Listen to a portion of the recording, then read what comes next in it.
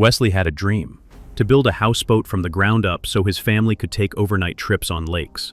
Not buy one, build one with his own hands. This is the full story of how that dream came true, from cutting the first panel to launching it into the water.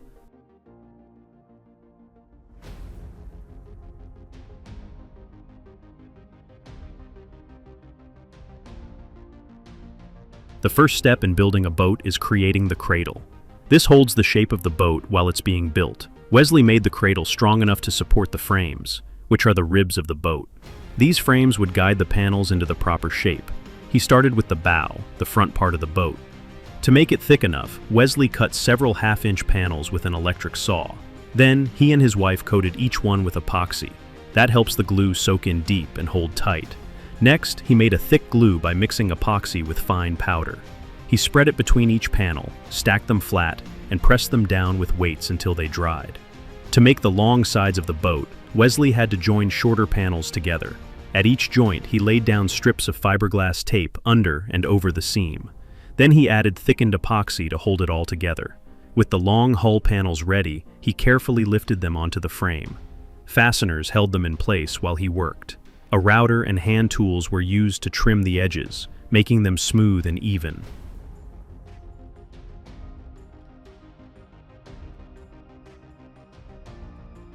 Wesley sanded everything to remove the bumps left by the tape. Where the tape creased or showed, he used a power planer to clean it up. Each seam was then covered again, this time with 3 layers of overlapping fiberglass tape for extra strength. After all the seams were cured, he used a wide cloth of fiberglass to cover the entire hull. This added stiffness and made it waterproof. Then came the fairing. Fairing is when you smooth out any uneven spots. To do that, Wesley mixed epoxy with special powders to make a thick paste. He applied this paste in 3 rounds, letting each one dry before sanding it smooth.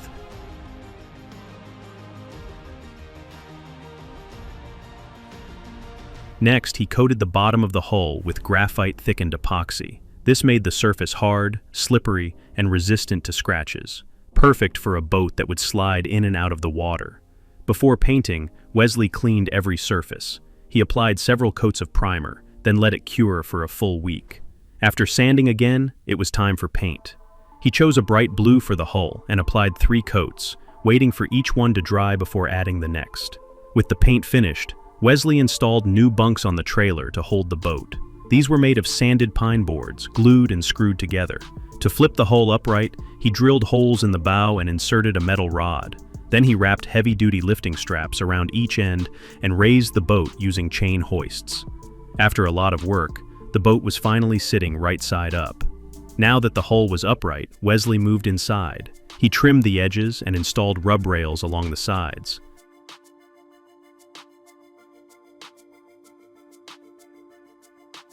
He and his daughter started sanding the interior seams. Then he applied raw epoxy, followed by thickened epoxy, to build smooth transitions where panels met. Each seam got 3 layers of fiberglass tape. Every surface was first coated with raw epoxy, then sealed again with thick epoxy for durability. Wesley then made 4 stringers to support the raised floor. These were coated in epoxy and spaced carefully.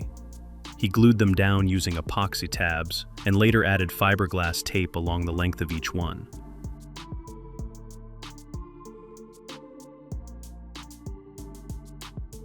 Cross frames were installed perpendicular to the stringers. All corners and joints were taped and sealed to make the inside strong and watertight. Under the front cockpit, Wesley planned space for a 30-gallon fuel tank. He made a series of low frames to support it. Everything below the tank was sealed with 3 coats of epoxy.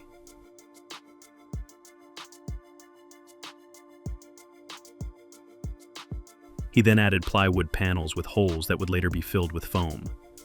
These holes were part of the boat's insulation and strength system.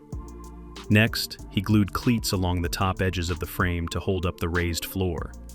Once the surfaces were sanded, he poured 2-pound density expanding foam into the holes. The foam filled every space, making the hull quieter and more rigid. Then Wesley sealed the tops with plywood, added more epoxy, and covered all seams with fiberglass tape. A hatch frame was installed for easy access to the fuel tank. Once everything was dry, he placed the fuel tank inside and checked the fittings. Everything fit perfectly. The next step was prepping the transom for the outboard motor.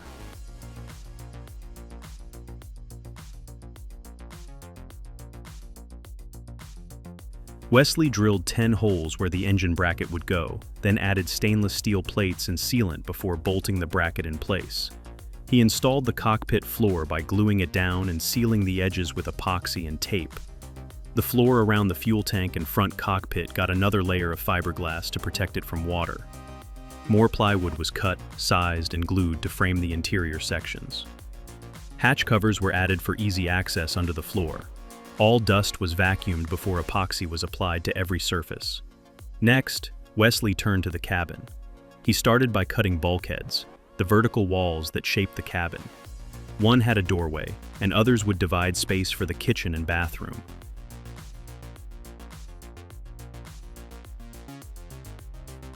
For the bathroom, he built a custom shower pan. To guide water into the drain, he cut angled wedges, glued them down, and coated everything in epoxy. Then he added PVC tubing under the floor. This would carry the water into a small tank with an automatic pump. Wesley then built the roof frame using 3 layers of plywood for each beam. He carved 5 notches into each beam to hold long wooden stringers. These stringers would support the roof.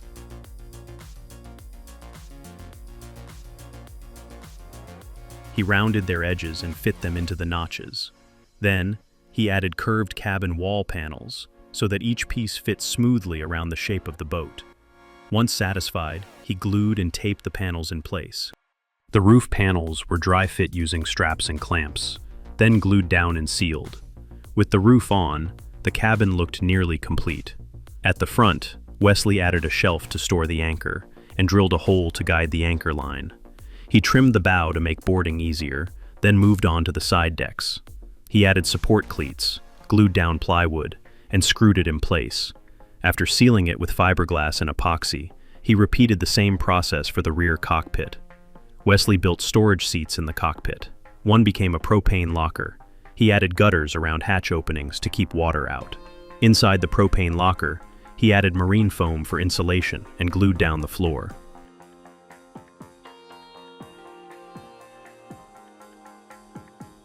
He installed drainage slots, called scuppers, so water could exit the cockpit. Every surface was sanded, sealed, and taped for strength and water protection. Now it was time to add windows. Wesley cut 4 window openings on each side of the cabin and 1 on the front.